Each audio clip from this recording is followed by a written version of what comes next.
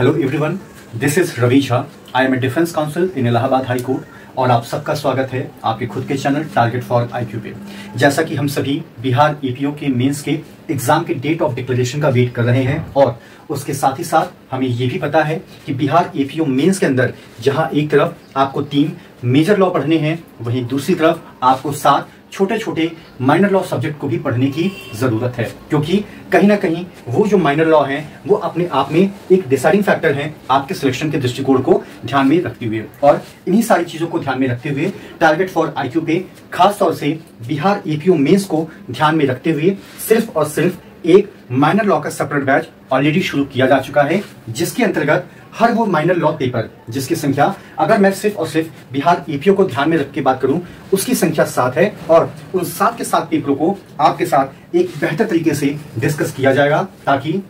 हर वो सेक्शन जो उस एग्जाम के दृष्टिकोण से महत्वपूर्ण है वो आपकी नजरों से बच ना पाए। और इसके अलावा टारगेट फॉर आईक्यू पे से उन्हीं चीजों को ध्यान में रखते हुए एक वीडियो लेक्चर की सीरीज भी चलेगी, जहां पे हर वो सेक्शन जो महत्वपूर्ण है आपके मेंस के दृष्टिकोण से उसको एक चर्चा के रूप में शामिल किया जाएगा। और इन्हीं सारी चीजों को ध्यान में रखते हुए आज आपके साथ मैं रवि झा जो सबसे पहला एक्ट लेकर आया हूं, उस एक्ट का नाम है द डाउरी प्रोहिबिशन एक्ट 1961। अब सवाल यहां पर यह आता है कि आखिर हमारा मुल्क आजाद हुआ 1947 में, हमारे देश का संविधान बन गया आपका 1950 में बनके तैयार हो गया। हमारे पास ऑलरेडी एक भारतीय दंड संहिता है जो सन 1800 के आसपास का है। फिर आखिर क्या वजह है कि हमें इस एक्ट की जरूरत पड़ी, और वो भी उस वक्त जब हम 1960 के दौर के आसपास में चल रहे थे। तो देखिए, हमारे चाहे हिंदू लॉ हो, चाहे मुस्लिम लॉ हो, या किसी भी रिलीजन का कोई भी लॉ क्यों ना हो, हमारे यहाँ विवाह को एक प्रकार से सैक्रामेंट माना गया है, एक प्रकार से कल्चर का पार्ट माना गया है। वो ना तो कॉन्ट्रैक्ट होता है, ना ही उसमें किसी भी प्रकार की खरीद फरोख्त होती है। लेकिन उसके बावजूद हमने ये देखा कि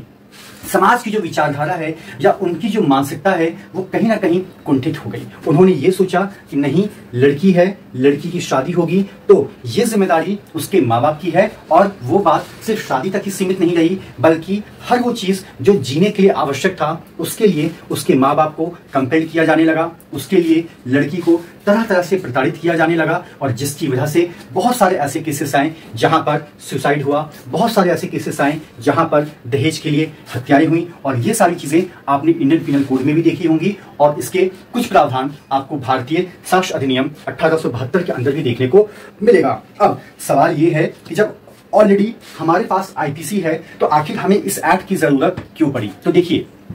जो हमारे पास इंडियन पिनल कोड है वो तो एक प्रकार से पनिशमेंट देता है, वो एक प्रकार से बताता है कि जो अगर आपने ये किया तो इसके लिए आपको ये सजा मिलेगी। लेकिन जिस एक्ट को लेकर मैं आपके सामने आया हूं, अगर आप इसके इस वर्ड को देखेंगे जो बोलता है प्रोहिबिशन, तो कहीं ना कहीं ये आपको वहां तक जाने से पहले ही रोकने की कोशिश कर रहा है। यानी कि एक तरफ आईपीसी कहता है कि जब तुम सारा कांड करके आओगे उसके बाद हम देखेंगे कि तुमको कितनी सजा देनी है, वहीं दूसरी तरफ इस एक्ट का जो ऑब्जेक्ट है वो ऑब्जेक्ट है कि ग्राउंड जीरो लेवल पे ही हमें उसको रोकने की जरूरत है। और इन्हीं सारी चीजों को ध्यान में रखते हुए आपका ये एक्ट बन के तैयार हुआ इन द ईयर ऑफ 1961। अगर हम इसके नोटिफिकेशन नंबर को देखते हैं तो इसका नोटिफिकेशन नंबर है आपका 28 ऑफ सन 1961। इसका मतलब है कि 1961 के अंदर ये 28वें नंबर का एक्ट था जिसको कि ऑनरेबल प्रेसिडेंट ऑफ इंडिया की मंजूरी मिली। इसके बाद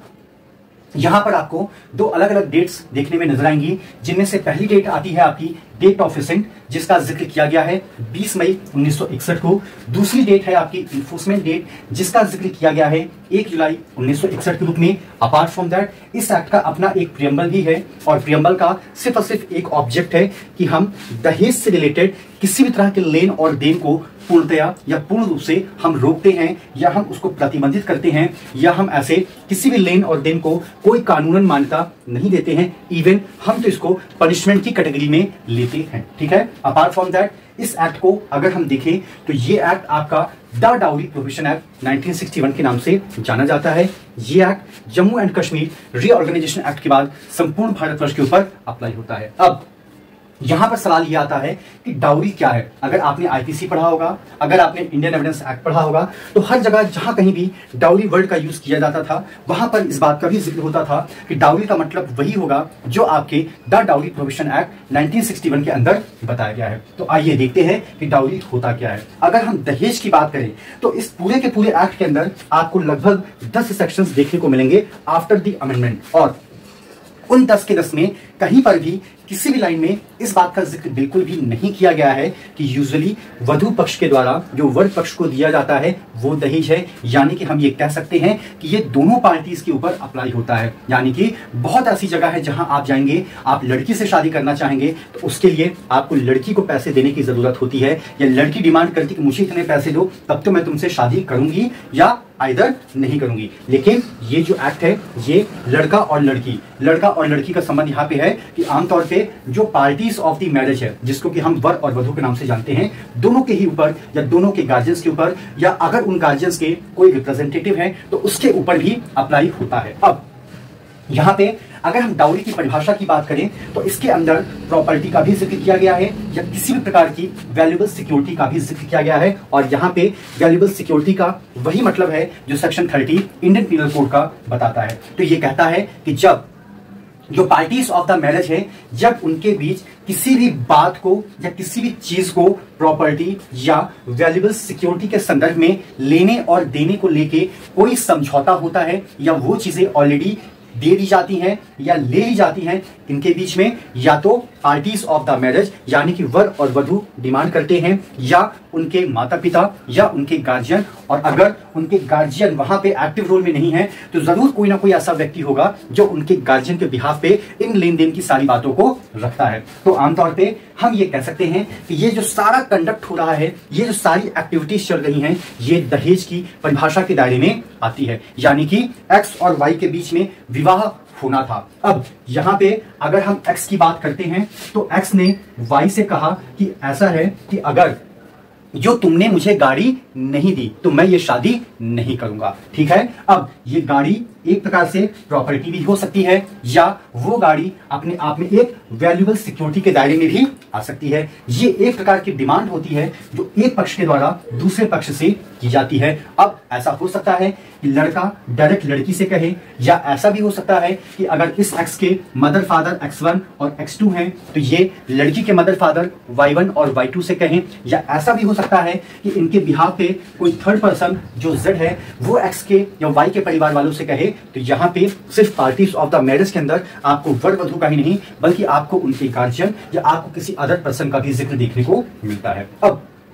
सवाल ये होता है क्या ये लेन देन शादी से पहले होगा, शादी के वक्त होगा या शादी के बाद होगा। तो लॉ देखिए इस बात को लेके बहुत इसका वाइडर स्कोप है। इसका सिंपल सा कहना है कि शादी के पहले भी जो लेन देन होता है जहां पे डिमांड की जाती है तो ये भी आपका एक प्रकार से आता है दहेज की परिभाषा के अंतर्गत। शादी के दौरान भी होता है वो भी डाउरी के ही अंतर्गत आता है, और अगर शादी के बाद ये चीजें होती हैं तो भी ये आपका डाउरी की परिभाषा के ही अंतर्गत फॉल करता है। So it's all about the today's concept which is related to the basic overview of the dowry prohibition act 1961, जहां पर हमने सबसे पहले ये देखा कि इस एक्ट का पूरा नाम क्या है, इसका नोटिफिकेशन नंबर क्या है, इसकी डेट ऑफ एसेंट क्या है, इसका इन्फोर्समेंट डेट क्या है, इसका प्रियम्बल क्या है, इस एक्ट को किस नाम से जाना जाता है, ये एक्ट कहां कहां पर अप्लाई होता है, और उसके बाद हमने देखा सेक्शन 2 के अंदर डाउरी को किस तरीके से परिभाषित किया गया है, जहां पे आपका